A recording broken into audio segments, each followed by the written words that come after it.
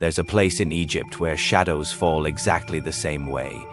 Every equinox, not because someone programmed a computer, but because over 4,500 years ago, a civilization without telescopes, without satellites, without electricity built the entire Giza Plateau to mirror the movements of the stars, and they weren't the only ones. Across the planet, scattered like puzzle pieces from a forgotten blueprint, lie ancient monuments that point with eerie precision not to each other, not even to magnetic north, but to the heavens above, to constellations, to solstices, to stars long dead. Why? It's one of the most persistent riddles in human history, and the deeper you look, the stranger it gets. Take the Great Pyramids of Giza. 3 massive structures, aligned so precisely with the constellation Orion's belt that modern engineers are still baffled by the accuracy. Not only that the pyramids are positioned at the geographic center of Earth's landmass, the precision is staggering, almost as if whoever built them understood Earth's curvature, and the sky's shifting map. Now ask yourself this: why would an ancient society care so deeply about the stars? Why spend decades aligning limestone blocks to mirror something no one could even touch? But the story doesn't end in Egypt. Travel thousands of miles west to Teotihuacan, the city of the gods in Mexico. Built centuries before the Aztecs, this ancient metropolis was designed with uncanny stellar precision. The Pyramid of the Sun, the Pyramid of the Moon, and the Avenue of the Dead all align with celestial events. The city layout matches Orion, just like Giza. 2 civilizations, worlds apart, different languages, different gods, yet the same stars. Coincidence? Or memory? Many researchers have begun to wonder, were these ancient builders trying to communicate something not just about the Earth, but about our place in the cosmos? A kind of cosmic map encoded into stone. Further south in Peru, the Nazca lines stretch across the desert like ancient airport runways, but these aren't random doodles. When seen from above a perspective the Nazca people couldn't have had, they form massive geoglyphs, birds, monkeys, spiders, and strange shapes that align with solar and lunar positions, even the star Sirius. Sirius, by the way, is the brightest star in the night sky, and here's where it gets weirder. Many ancient cultures, not just 1 or 2, revered Sirius almost obsessively. The Egyptians linked it to the goddess Isis and timed their entire calendar to its rising. The Dogon people of Mali described its companion star, Sirius, be a star invisible to the naked eye long before modern telescopes confirmed its existence in 1970. How did they know? You begin to wonder if these monuments were more than just temples or tombs. Maybe they were sky libraries, living instruments that recorded celestial knowledge far beyond what we credit them for. Or perhaps they were messages left behind not for worship but for memory, for continuity, for those who would one day forget how deeply we once understood the skies. There's a thread that runs through all of this, a kind of forgotten relationship. One where the sky was not separate from us, but a mirror, a map, a source. Ancient people didn't look at the stars for entertainment. They looked because they believed the heavens and the earth were reflections of each other. As above, so below. What happened in the sky echoed on earth and vice versa. And so they built, not randomly, not superstitiously, but with intention to honor that connection. To mark time, to preserve knowledge, and perhaps to send a message forward to us. But here's where the mystery deepens even further, because many of these monuments don't just point to where the stars are. They point to where the stars were thousands of years ago. That means the builders had knowledge of the precession of the equinoxes, the slow wobble of Earth's axis that causes the stars to shift position over millennia. It's a cycle that takes 26,000 years to complete, and yet somehow these ancient architects accounted for it. Not only did they know the stars, they understood the movement of time on a cosmic scale. We like to think of ourselves as the most advanced civilization, the apex of history. But when you stand beneath these structures and realize how little we still understand about how and why they were built, something shifts. You feel small, not in a fearful way, but in a reverent way, like someone just handed you a key to a door you didn't even know existed. And behind that door lies not just knowledge of stone and stars, but of who we once were, and who we might still become, because what if these monuments weren't just built to honor the stars, but to remind us that we are of the stars? The evidence continues to unfold, and the next place it leads is buried beneath layers of jungle, mystery, and celestial obsession.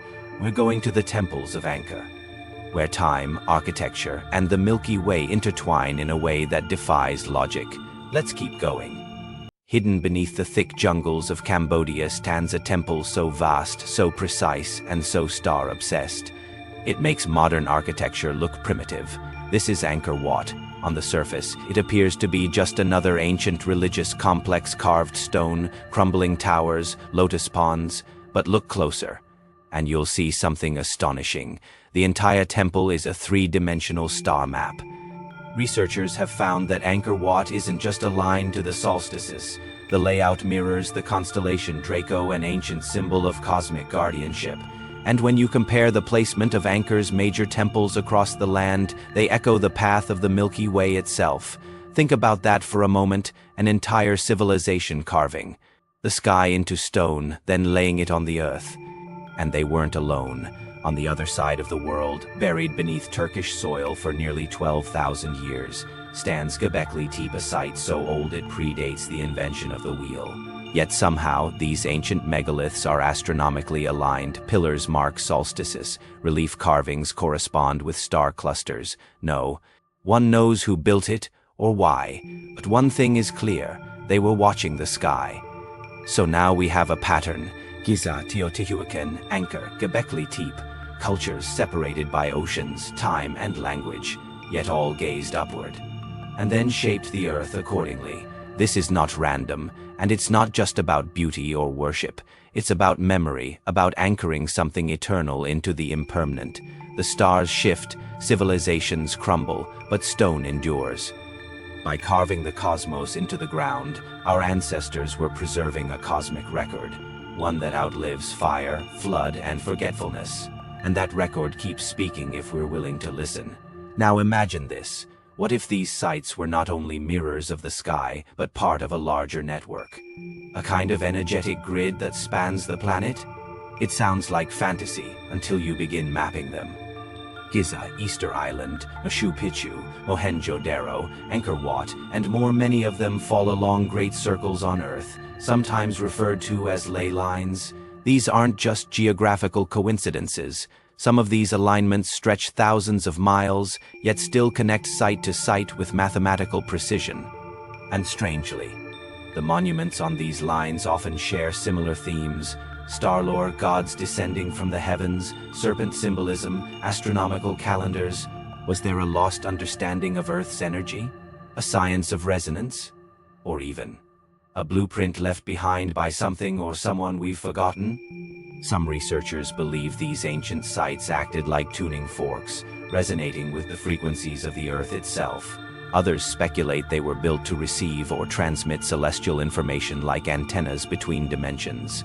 Again, we don't have proof, but we do have patterns, and that's what keeps tugging at the mind. Because when you find this level of precision, not once, not twice, but across continents and millennia, it demands attention. It whispers of something vast, coordinated, intentionally designed. Even the myths seem to agree. In Egypt, the stars were the home of Osiris, the god of death and resurrection, whose essence lived in Orion. In Mesoamerica, the Maya believed their ancestors came from the stars and would return through them. The ancient Hindus mapped cosmic time through vast cycles called yugas, measured by the movement of the stars. All over the world, from Aboriginal songlines in Australia to Hopi star maps in the American Southwest, we find stories that place the sky at the heart of our origins. And it's not just metaphor. In recent years, archaeologists have discovered entire temples built into caves with ceilings painted to mimic the night sky.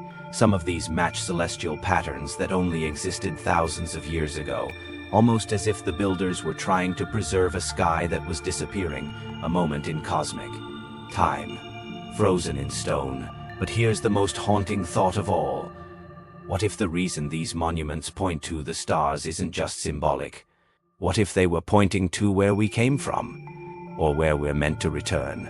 The stars have always been a source of wonder, but also of identity. Before borders, before nations, before names, we were stargazers, navigators, dreamers looking up.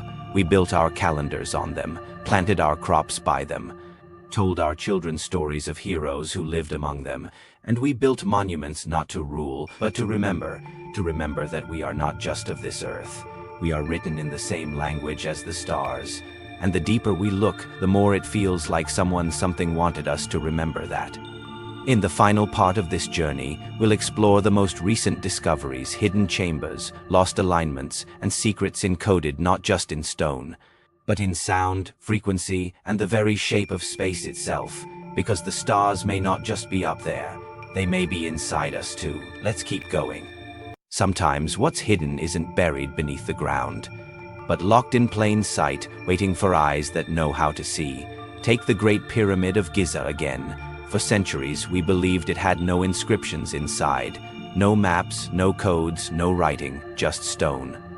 Yet in recent years, hidden chambers have been discovered using muon scans, cosmic particles that penetrate stone like X-rays.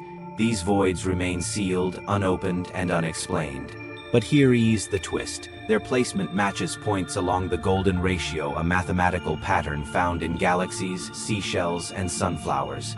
The same ratio also defines spirals in nature and star paths in the night sky. It is as if the builders weren't just aligning to the heavens, they were embedding the geometry of the universe itself into stone. Even more curiously, the pyramid resonates. Literally, experiments show it amplifies specific frequencies, particularly within its king's chamber. Ancient texts refer to sound as power, and the Egyptians often depicted gods carrying tuning forks. It begs the question, was the pyramid not just a tomb, but a resonant structure? A kind of cosmic instrument? And if it was, who was it built for? You see, this mystery of stars and stone isn't really about monuments. It's about memory. Not the kind we write in books, but the kind encoded in vibration, shape, and myth. The kind that survives floods, fires, and fallen empires. It's about how ancient civilizations, ones we label primitive, understood something we've forgotten. That the earth is not separate from the stars, that you and I are not separate from either. Every monument that points to the sky is not just an architectural feat. It's a reminder, a whisper etched in granite. You are made of stardust. You came from there, and one day you may return. Even in modern times, this fascination persists. We build telescopes to scan the void. We send golden records into space, etched with our music and our math. We draw constellations for navigation. And for longing, in a way, we're still building monuments to the stars. We just do it now with code and satellites instead of limestone and obsidian. But the desire is the same, to remember, and perhaps, just perhaps, to be remembered. There's something hauntingly beautiful about that, because when you walk through these ancient sites, you can feel it. Not just the history, but the intent, the care, the reverence. They weren't built for ego or for empire. They were built for alignment with the earth, with the cosmos, with something greater. Even the angles matter. At Stonehenge, light pours through its gate only on the summer solstice. At Chichen Itza, a serpent of shadow slithers down the temple steps precisely at equinox. At Newgrange in Ireland, a narrow beam of light hits the back wall of a tomb only once a year during winter solstice dawn. It lasts just 17 minutes. A perfect cosmic kiss between sun and stone, crafted 5,000 years ago. You don't do that by accident. You don't do that unless the sky means everything. So maybe the real question isn't why did they build these things to point to the stars? Maybe the better question is, why did we stop? Why did we sever that connection? Why do we now live beneath the same sky, but barely look up? These monuments tell a story not of superstition, but of synchronization. They remind us that when we align with the rhythms of the universe, we live in harmony.